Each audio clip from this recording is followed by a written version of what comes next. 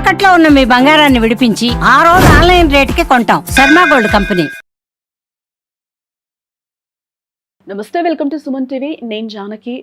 మళ్ళీ కూడా వారం రోజుల నుంచి మనం చూస్తుంటే గోల్డ్ రేట్ మళ్ళీ ఫ్లక్చువేషన్ అయితే మళ్ళీ కంటిన్యూ అవుతుంది. ఇదే నేపథ్యంలో మళ్ళీ కూడా ఈరోజు గోల్డ్ రేట్స్ పెరిగినట్టుగా కూడా తెలుస్తుంది. ఇవే రేట్స్ కొనసాగుతాయా, మళ్ళీ ఏమన్నా తగ్గుముఖం పడుతుందా అని తెలుసుకోవడానికి మనతో పాటు మార్కెట్ అనలిస్ట్ ప్రశాంత్ గారు ఉన్నారు. వారిని అడిగి మరిన్ని వివరాలు తెలుసుకుందాం. నమస్తే సార్. నమస్తే. ఈ రోజు చూస్తున్నాం మళ్ళీ కూడా మనం 24 క్యారెట్స్ గోల్డ్ చూస్తే 1,58,000 వరకు ఉంది సార్. అలాగే 22 క్యారెట్ చూస్తే 1,45,000 చేంజ్ కనిపిస్తుంది. ఏంటి ఫ్లక్చువేషన్స్ తర్వాత మళ్ళీ ఈ రేట్స్ మనం ఏ విధంగా చూడాలి అని అంటారు? అలాగే గోల్డ్ రేట్స్ కూడా ఇంకా మనకి పెరిగే ఛాన్సెస్ కనిపిస్తున్నాయా ప్రశాంత్ గారు, ఏమంటారు అసలు? డెఫినెట్ గా అండి, చాలా సార్లు మనం చెప్పుకున్నాము గోల్డ్ యొక్క వాల్యూ గురించి. సో నేను మళ్ళీ పదే దాని గురించి చెప్పాను, కానీ ఒక ఇంపార్టెంట్ విషయం చెప్తాను. ఏంటంటే గోల్డ్ అండ్ సిల్వర్ రెండు కూడా లాస్ట్ 18 months లో దాని పర్చేజ్ విధానం, దాని ఇన్వెస్ట్మెంట్ విధానం అనేది కంప్లీట్ గా మారిపోయింది. సో 18 months బిఫోర్ ఎలా ఉండేదంటే ఈక్విటీ మార్కెట్ అనేది డామినేటింగ్ గా ఉంది. 2022-2024 equity market which is share market. So అందులోనే ప్రముఖంగా అంటే ప్రధానంగా ఇన్వెస్టర్లు అందరూ కూడా భారతదేశం కాదు అంతర్జాతీయంగా ఈక్విటీ మార్కెట్ లో ఎక్కువ ఇన్వెస్ట్మెంట్ చేస్తారు. సో నేను చెప్పేది retail investors, foreign institutional investors వీళ్ళు ఎందుకంటే ఎప్పుడు కూడా ఎక్కువ లాభం పొందాలి త్వరగతిన, అంటే వెరీ షార్ట్ టర్మ్ లో రావాలి అనేసి దీంట్లో ఇన్వెస్ట్ చేస్తారు. సో ఆ మార్కెట్ కాస్త ఈక్విటీని కాస్త గోల్డ్ సిల్వర్ లాస్ట్ 18 months లో బీట్ చేసింది. ఒక 2025 లో మనం చూసాము దాదాపుగా 75% రిటర్న్ గోల్డ్ ఇచ్చింది, 150% సిల్వర్ ఇచ్చింది. సో ఈక్విటీలోనే సాధ్యమవుతుంది ఇలా బంపర్ ఆఫర్స్, అదేమంటారు జాక్పాట్ రిటర్న్స్ అనేది. సో అంత పెద్ద రిటర్న్స్ అనేది రావడంతో ఒక్కసారిగా అందరి దృష్టి గోల్డ్ అండ్ సిల్వర్ వైపు పడింది. సో కాబట్టి వీటి యొక్క వాల్యూస్ ఎంత ఫాస్ట్ గా ఫ్లక్చుయేట్ అవుతున్నాయంటే, సో ఈక్విటీ మార్కెట్ లో ప్రధానంగా ప్రాఫిట్ బుకింగ్ జరిగినప్పుడు సిల్వర్ అయితే దాదాపు ₹1,00,000 వరకు ఒడిదొడుకులు ఎదుర్కొంది. అంటే 4,20,000-30,000 వరకు కిలో వెళ్ళిన సిల్వర్ ఒక కాస్త 2,60,000-50,000 వరకు కనిష్టంగా వచ్చి మళ్ళీ ఇప్పుడు ఈరోజు 280 or 3 lakhs లో ట్రేడ్ అవుతుంది. సో గోల్డ్ కూడా దాదాపుగా 170 వరకు వెళ్ళిన గోల్డ్ 145-50 వరకు వచ్చింది. బట్ ప్రధానంగా గోల్డ్ వరకు చూసుకుంటే గోల్డ్ కు ఒక డిమాండ్ ప్రైస్ ఉంటుంది. సో అప్రాక్సిమేట్ గా 140-150 కంటే అంత కిందికి వచ్చే పరిస్థితి లేదు. ఎందుకంటే ఆ ప్రైస్ వస్తే ఖచ్చితంగా మళ్ళీ ఇన్వెస్టర్స్ వచ్చి గోల్డ్ నే తీసుకుంటారు. ఎందుకంటే గోల్డ్ అనేది ఆల్టర్నేట్ కరెన్సీ, డాలర్ కి ప్రత్యామ్నాయ కరెన్సీ. అంతర్జాతీయంగా ఒడిదుడుకులు ఎన్ని ఉన్నా కూడా ఇన్ఫ్లేషన్ బీట్ చేస్తూ ప్రధానంగా ఒక సేఫ్టీగా అందరూ కూడా అన్ని దేశాలతో సహా ప్రభుత్వాలతో సహా ఇన్వెస్టర్లు ఇన్వెస్ట్ చేసే అంశం కాబట్టి గోల్డ్ ఎప్పుడు వాల్యూ తరగదని మనం ప్రతి వీడియోలో కూడా చెప్పాను. సో మీరు ఒక లాంగ్ టర్మ్ పర్స్పెక్టివ్ లో గోల్డ్ మీద ఇన్వెస్ట్ చేస్తే మీరు ఎప్పుడు డిసప్పాయింట్ కారు. అంటే మీకు లాస్ట్ ఇయర్ వచ్చినట్టు 75% వస్తుందా అని నేను చెప్పలేను, కానీ ప్రధానంగా చూసుకుంటే 140తో మొదలైందండి gold January 1st, 2026. So market లో అంచనాలు చాలా మంది వేశారు, బట్ నేను స్పెక్యులేట్ చేయని నంబరు. బట్ మంచి రిటర్న్స్ వస్తాయి. ఆ రోజుతో రేట్ చూసుకున్నా కూడా 1 month లోనే మనకు 158 or 160 అంటే which is very good return. ఒక 20,000 గోల్డ్ అంటే which is equal to 15% in 1 month. So ఒక 15% పర్ యానం మంచి రిటర్న్ అనుకుంటే మనం సేఫ్ ఇన్వెస్ట్మెంట్స్ లో, అంటే FDs కానీ మ్యూచువల్ ఫండ్స్ కానీ చిట్ ఫండ్స్ కానీ చూసుకుంటే 1 month లోనే అంత రిటర్న్ ఇచ్చింది, ఇంకా పెరిగే అవకాశం ఉంది. కాబట్టి గోల్డ్ ఎప్పుడు కూడా సురక్షితమైన పెట్టుబడి. మీరు అందరు కూడా ఎగ్జిక్యూట్ కాషన్. మీరు ఖచ్చితంగా వాటిని లాంగ్ టర్మ్ పర్స్పెక్టివ్ లో తీసుకోండి.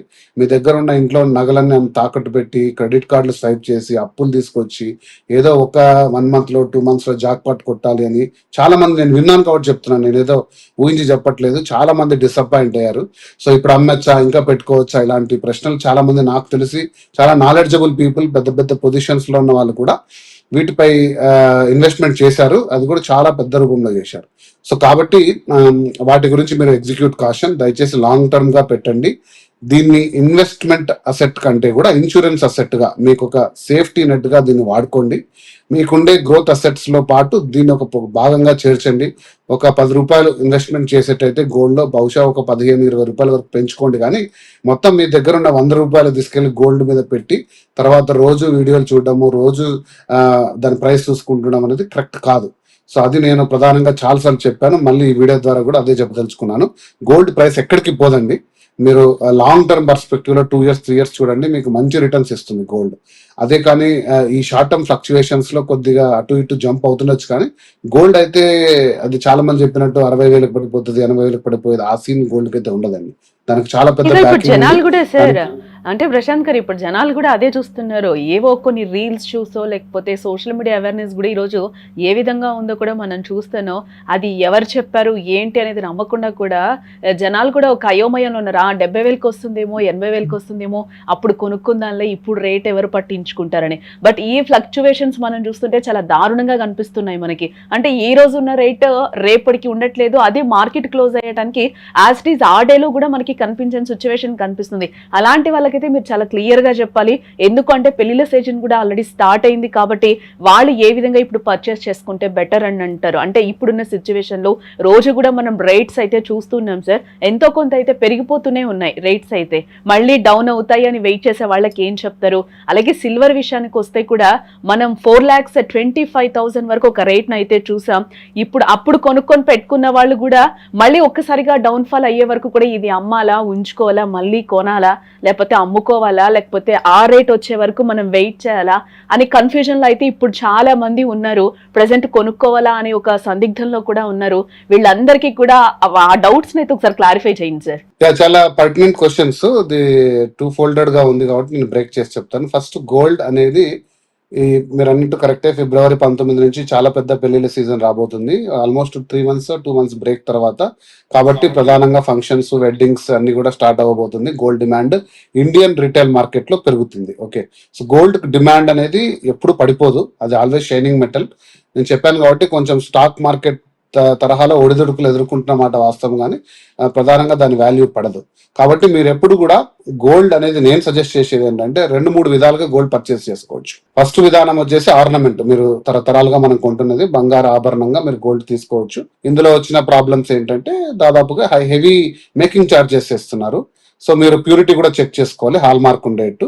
సో గోల్డ్ మంచిదా కాదని. ఎక్కువ శాతం దీంట్లో తరుగు లేకుండా, ఎక్కువ శాతం మ్యానుఫ్యాక్చరింగ్ ఛార్జెస్ లేకుండా మీరు తక్కువ మొత్తం దాంట్లో స్టోన్స్ వాల్యూ అవన్నీ వాల్యూ కూడా తీసుకొని. ఇక రెండో విధానం ఏంటి అంటే ఫిజికల్ గా గోల్డ్ బార్స్ కొంటున్నారు చాలా మంది, 10 grams, 50 grams, 100 gram bars. So అది ఎప్పుడు కూడా సురక్షితమే, కాకపోతే దాన్ని మీరు సెక్యూర్డ్ గా పెట్టుకోవాలి.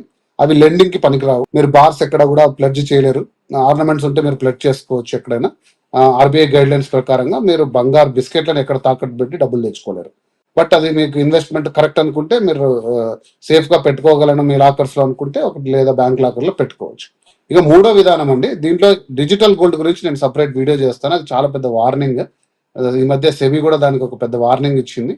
దానికి చాలా కేర్ఫుల్. ఎందుకంటే మీరు చెప్పారు ఇందాక, గోల్డ్ ప్రధానంగా కొనడానికి కారణం ఏంటంటే డిజిటల్ గోల్డ్ రావడం. అంటే ఈరోజు మీరు ఫోన్ పే, పేటిఎం, గూగుల్ పేలో వెళ్తే 10 రూపాయల నుంచి స్టార్ట్ చేయొచ్చు గోల్డ్ కొనడం. ఓకే, సో ఎంత అయితే అంత తీసుకొని దాని వాల్యూని మళ్ళీ అమ్ముకోవచ్చు. అది చాలా చాలా రిస్కీ అనేది సెబీ ఇచ్చింది. నేను సపరేట్ వీడియో చేస్తాను మీ ద్వారా. అయితే ఇంకోటి ఈటీఎఫ్ అంటే ఎక్స్చేంజ్ ట్రేడెడ్ ఫండ్స్ వచ్చేసి స్టాక్ మార్కెట్ లో కమాడిటీస్ మీద ఈటీఎఫ్స్ ఉంటాయి. కమాడిటీ సిఎంఎక్స్ కాదు, ఇది సెబీలో బిఎస్సిలో లిస్టెడ్ అయిన స్టాక్స్. హెచ్డిఎఫ్సి గా, హిందుస్థాన్ గానీ, టాటా గానీ ఇలాంటి ప్రముఖ సంస్థలు దీన్ని గోల్డ్ చేస్తాయి. కానీ దాని వాల్యూ ఎప్పుడు కూడా స్టాక్ మార్కెట్ లో అనేది మూడ్ బట్టి ఉంటుంది. సో దాని వాల్యూ పెరగచ్చు, తరగచ్చు.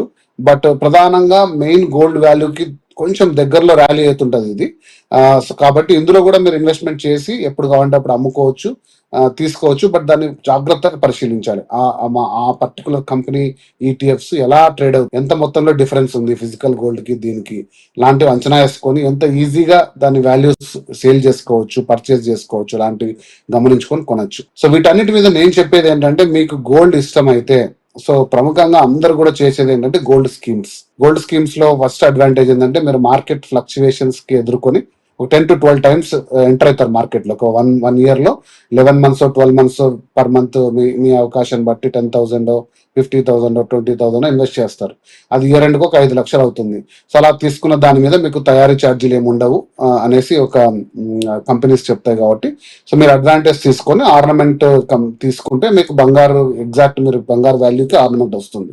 సో మార్కెట్ లో మళ్ళీసార్లు ఎంటర్ అవుతారు కాబట్టి ఆటోమేటిక్. కాకపోతే దీంట్లో వెయిటింగ్ పీరియడ్ ఎక్కువ ఉంటుంది. సో అది మీరు చూసుకొని, బట్ స్కీమ్స్ లో అయితే నేను చాలా వరకు సజెస్ట్ చేస్తాను, అదే best way to buy gold. Okay, ఇక సెకండ్ మనం చెప్పినట్టు ఫిజికల్ బార్స్ అనేది అది మీ రిస్క్. సో నేను సజెస్ట్ చేసేది అది. సో ఫ్లక్చువేషన్స్ మీరు ఎదుర్కోవాలి అంటే ఇలా మల్టిపుల్ టైమ్స్ ఎంటర్ కావాలి, లాంగ్ టర్మ్ పర్స్పెక్టివ్ లో చూడాలి. గోల్డ్ ఎప్పుడు కూడా మంచి రివార్డింగ్ గా ఉంటుంది. ఇక సెకండ్ పాయింట్ మీరు అడిగినట్టు సిల్వర్ అనేది చాలా షార్ట్ మార్కెట్ అనేది. సో అందులో ఎంటర్ అయిన ఈక్విటీ మార్కెట్ లో వాళ్ళు ఎప్పుడైనా సరే 4 లక్షలు 350 టార్గెట్ వచ్చినప్పుడు ప్రాఫిట్ బుక్ చేస్తారు. హెవీగా దాన్ని సెల్ చేసి ఆర్టిఫిషియల్ గా దాని డిమాండ్ పడిపోతుంది. ఒరిజినల్ సిల్వర్ వాల్యూ అనేది పడిపోదండి. మనం చాలాసార్లు డిస్కస్ చేసాము. ఇండస్ట్రీస్ అనేది పెరుగుతూ పోతున్నాయి. ఈవీ మార్కెట్ కానీ, సోలార్ ప్యానెల్స్ కానీ, వాటన్నిటిలోకి సిల్వర్ కావాలి. అంత ప్రొడక్షన్ లేదు ప్రపంచవ్యాప్తంగా. అమెరికా కూడా క్రిటికల్ మినరల్ గా చెప్పింది. ఆస్ట్రేలియాలో ప్రధానమైన మైన్స్, సిల్వర్ మైన్స్, వాళ్ళు కూడా ఇంత సప్లై చేయలేకున్నామని చైనా కూడా ఆంక్షలు పెట్టింది. యూరోపియన్ మార్కెట్ ఆంక్షలు పెట్టింది. సో సిల్వర్ కి డిమాండ్ అనేది తరగలేదు. కాకపోతే ఈక్విటీస్ ఎంటర్ కావడం వల్ల గత 2 నెలలుగా చాలా హెవీ ఫ్లక్చుయేషన్స్ చూస్తున్నాం. బట్ మీరు ఇన్వెస్టర్ అయితే కొద్ది మొత్తం సిల్వర్ తీసుకొని మీరు దాచుకొని ఖచ్చితంగా లాంగ్ టర్మ్ మీరు హోల్డ్ చేసుకుంటే సిల్వర్ మీకు ఖచ్చితంగా మంచి రిటర్న్ ఇస్తుంది. దాని డిసప్పాయింట్మెంట్ ఏం లేదు. సో లాంగ్ టర్మ్ పర్స్పెక్టివ్ లో పెట్టండి. సో మీరు సురక్షితమైన పెట్టుబడులు పెట్టండి అని నేను చెప్తున్నాను. సార్ అలానే ఈక్విటీ మ్యూచువల్ ఫండ్స్ పరిస్థితి ఏంటి సార్? భారీగా కూడా మనకి గోల్డ్ ఈటీఎఫ్స్ లోకి కూడా పెట్టుబడులు వస్తున్నాయి అనేది అయితే ఒక మాట వినిపిస్తుంది. మీరు దీని గురించి ఏం చెప్తారు? సో మంచి ప్రశ్న వేశారు. ఈక్విటీ మార్కెట్ గురించి మనం చెప్పాల్సిన పని లేదు. ప్రపంచవ్యాప్తంగా ఏ బిజినెస్ ఛానల్ పెట్టుకున్నా, ఏ పేపర్ తీసుకున్నా వాటి గురించి కంప్లీట్ అనాలిసిస్ ఉంటుంది. సో నేను దాని వైపు వెళ్ళాను. కాకపోతే ఒక పాయింట్ చెప్తానండి. 2020 to 2024 వరకు ప్రధానంగా ఇన్వెస్టర్లు అందరూ కూడా భారతదేశం కాదు, ప్రపంచవ్యాప్తంగా కూడా స్టాక్ మార్కెట్ లోనే చేశారు. ప్రధానమైన తమ ఇన్వెస్ట్మెంట్స్ అందరూ కూడా అది ఇదర్ డైరెక్ట్ స్టాక్స్ పర్చేజ్ చేయడం కానీ, లేదా మ్యూచువల్ ఫండ్స్ ద్వారా. మ్యూచువల్ ఫండ్స్ అంటే కామన్ అసెట్స్ అండి. ఒక కంపెనీ వచ్చేసి మీ తరపున షేర్లు కొని వాటిని దాచిపెట్టి దాని వాల్యూ మీకు కొద్ది మొత్తం బ్రోకరేజ్ తీసుకొని ఇస్తుంది. సో మ్యూచువల్ ఫండ్స్ అర్థం కాని వాళ్ళకు చాలా ఈజీ సబ్జెక్ట్ అది. షేర్ మార్కెట్ అర్థం కాని వాళ్ళకు. బట్ దీంట్లో రిటర్న్స్ కొంచెం తక్కువ ఉంటాయి స్టాక్ మార్కెట్ తో పోలిస్తే, బట్ కొంచెం సెక్యూర్డ్ గా ఉంటుంది. బట్ 2020 to 2024 లో ఈ మార్కెట్ అనేది చాలా ఫ్లై అయింది. బట్ 25-26 అమెరికాలో ఉన్న రిసెషన్ కారణంగా ప్రపంచ స్థాయి ఆర్థిక మరియు తర్వాత యుద్ధ వాతావరణ దృష్ట్యా ఈ ఈక్విటీ మార్కెట్ మీద కాన్ఫిడెన్స్ తరుగుతూ వచ్చింది. సో అందులో అంత పెద్దగా రిటర్న్స్ రావట్లేదు. పెద్ద షాకింగ్ గా స్టాక్ ట్రేడ్ అవ్వడం కూడా జరిగింది. సో ఇందులో ఉన్న చాలా మంది రిటైల్ కానీ, ఇన్స్టిట్యూషనల్ ఇన్వెస్టర్స్ కూడా ప్రధానంగా కమాడిటీ ట్రేడింగ్ వైపు వచ్చారు. ఎందుకంటే 2025లో చూశారు పెద్ద జంప్ వచ్చింది గోల్డ్ కి, సిల్వర్ కి. అంత పెద్ద రిటర్న్ ఇస్తున్న మార్కెట్ లో మరి ఇన్స్టిట్యూషనల్ ఇన్వెస్టర్స్ ఉండకుండా ఎందుకుంటారు? సో వాళ్ళందరూ కూడా నా అంచనా ఏంటి అంటే కొన్ని అనాలిసిస్ లో చదివి అర్థం చేసుకునే విధంగా ఒక 10 to 15% పీపుల్ కంప్లీట్ గా షిఫ్ట్ అయ్యారు స్టాక్ మార్కెట్ నుంచి కమాడిటీ వైపు. వాళ్ళకి ఆ సెంటిమెంట్స్ పోయి 25లో, ఇప్పుడు 26లో కూడా ఇన్ని ఫ్లక్చుయేషన్స్ రావడానికి కారణం ఏంటంటే చాలా మంది కూడా ఇటువైపు షిఫ్ట్ అయ్యారు. సో ఈటీఎఫ్స్ లోకి ఇన్వెస్ట్ చేయడం స్టార్ట్ చేశారు. సో ఈటీఎఫ్స్ లోకి ఇన్వెస్ట్ చేయడం స్టార్ట్ చేసినప్పుడు కొంత మొత్తం ఈ మ్యూచువల్ ఫండ్స్ లో మెయింటైన్ చేసే అసెట్స్ లో సో ఈటీఎఫ్ ని కన్సిడర్ చేయరు వాళ్ళు. దాంట్లో కొన్ని ఫార్ములాస్ ఉంటాయి. సో వాళ్ళు కొద్ది మొత్తం మిడ్ క్యాప్ లో, లార్జ్ క్యాప్ లో, కొన్ని రిస్క్ లో, కొన్ని బాండ్స్ లో పెట్టుకుంటారు వాళ్ళు వచ్చే ఫండ్స్ ని అలొకేషన్స్ లో.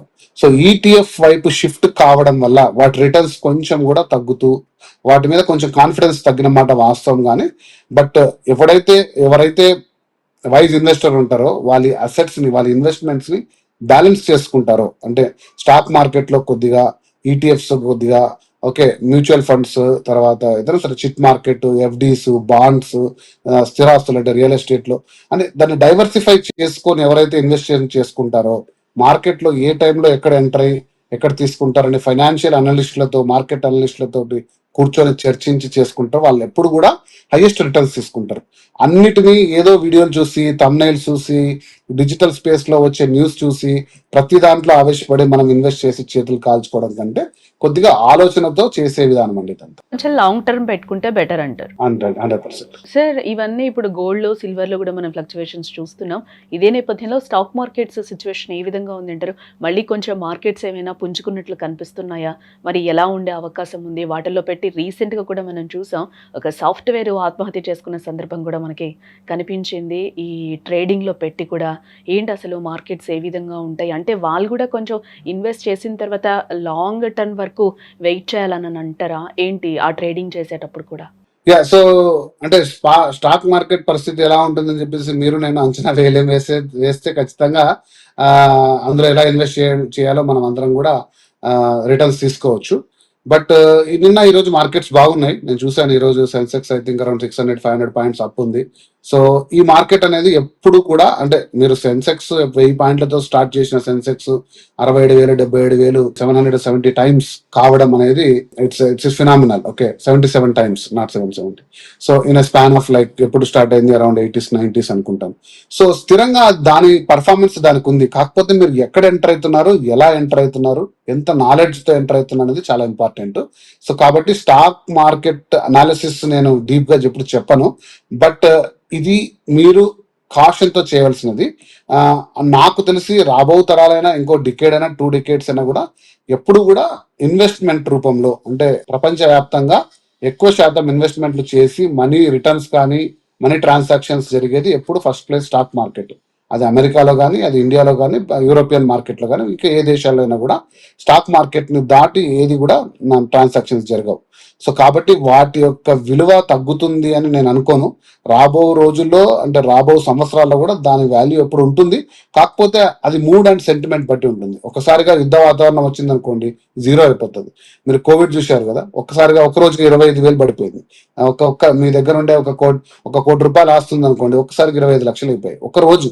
మీ కళ్ళెదురుగా స్టాక్ మార్కెట్ క్రాష్ అయిపోతుంది.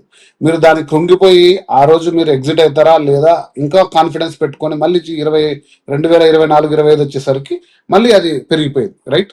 సో కాబట్టి మీరు కాషన్ అనేది చాలా ఇంపార్టెంట్. కాషన్ తోటి మీరు పెట్టుకున్నారనుకోండి, ఖచ్చితంగా స్టాక్ మార్కెట్ కూడా మీకు మంచి రిటర్న్ ఇస్తుంది. Okay, right sir. Thank you so much Prashanth garu. Thank you.